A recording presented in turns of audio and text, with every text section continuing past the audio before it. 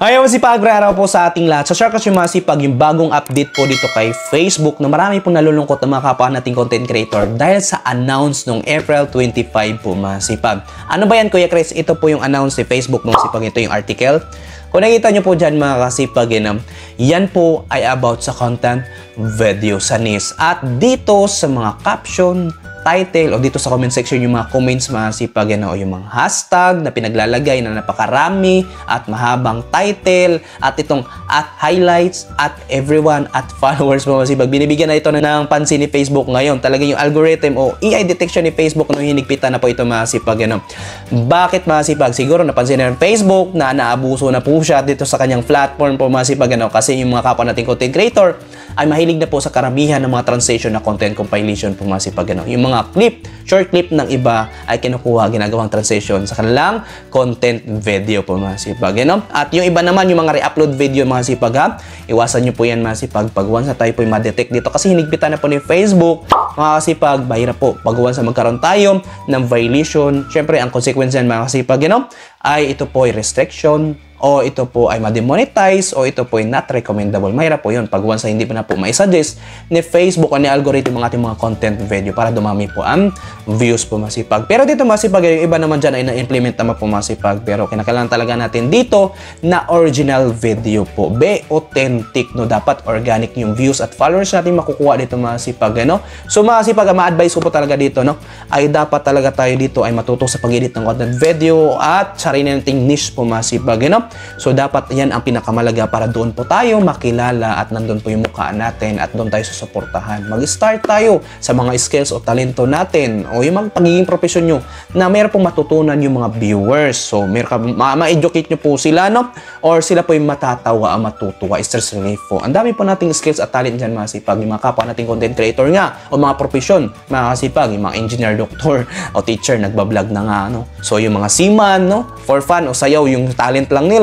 So, yung mga kapwa nating mga magsasaka, yung mga vendors po masipag o yung mga fisherman, nagko-content na talaga, driver, lahat na po ng skills, talent, ngayon, pagiging professional. Pwede natin i-share yan masipag o yung for fun, nakakatuwa, pwede po natin, ang dami pong pagkukontentan. Ang mahalaga dito, sarili nating video at consistent. Kung talaga tayo ay desidido dito sa content creator, dito sa SOCMED, consistent lang po talaga masipag.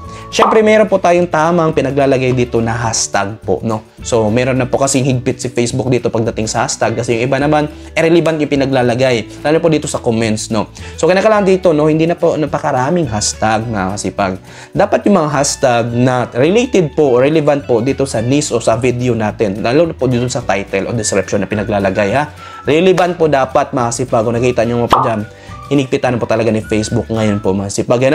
AI detection, yung algorithm niya mga kasipag, ito na po, pag once na ma-detect ka, mahirap na po na magkaroon ng violation. So, mahirap po na ikaw po ay nagpapagod, nagpupuyat dyan, at syempre wala kang maaani pagka ganun. Syempre, kinakailangan po natin ito kikita. Mga kasipag, maganda din naman po dito sa SOCMED, lalo kay Facebook. Isa yan, sa halos #1 para sa akin. Kasi madali tayo dito makilala ang ating tsura, ma-appreciate yung mga content video natin, yung mga skills at talent, pagiging profession natin na pinag-share na mga content natin, ma-appreciate yung mga tao dito po sa SOCMED, lalo po dito sa platform kay Facebook. So, patuloy pa tayo, So, wala lang pong madali talaga, di gaya dati na malaking bigayan, pero ngayon, kahit papano, meron din naman at ang dami pa pong mga features na pwede pa nating pagkakitaan. So, enjoy lang po natin at syempre, be creativity, mga sipag, I-enhance po natin yung mga content video po natin para ganahan po yung mga viewers po, mga sipag, kasi ito yung produkto natin.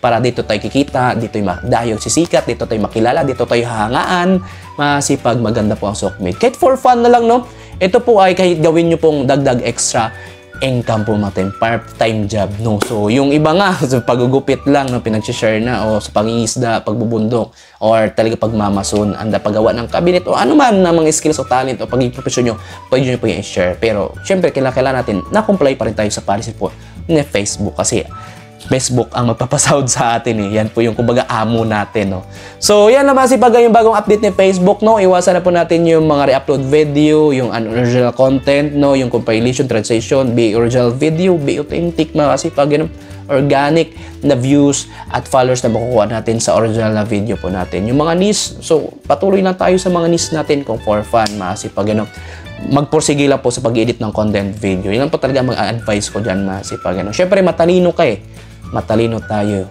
dumiskarte tayo, galingan natin sa pag-edit. So mag-isip tayo ng ano maininis natin basta sarili nating video. So inigpitan na ng Facebook na dati pa naman po yan masipag na-implement na po yung iba dyan. No? So kayon talaga habang tumatagal every 3 months ay talagang ayun na hinigpitan kasi niaabuso na po si Facebook eh. Alam niya na naabuso na naman yung platform ko. Madaling kumikita yung ibang content creator nagkakapera agad. So gusto niya talaga na ito ang tama. Ito dapat pantay patas dapat dito sa aking platform o sa kumpanya ko, patas dapat, no? Kasi yung iba naman content creator kasi di masipag, ang dali naman po talaga kumita, lalo po pag sila po ay sinuportahan at nakilala na. So, ang dali na po itong kumita talaga dito sa Sokmed.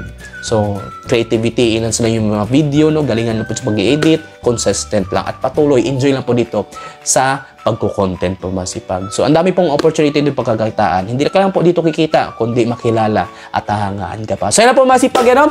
So, comply lang po tayo sa policy ng Facebook. Ako po si Chris TV. Yan lang po yung announcement ng Facebook no, noong April 25.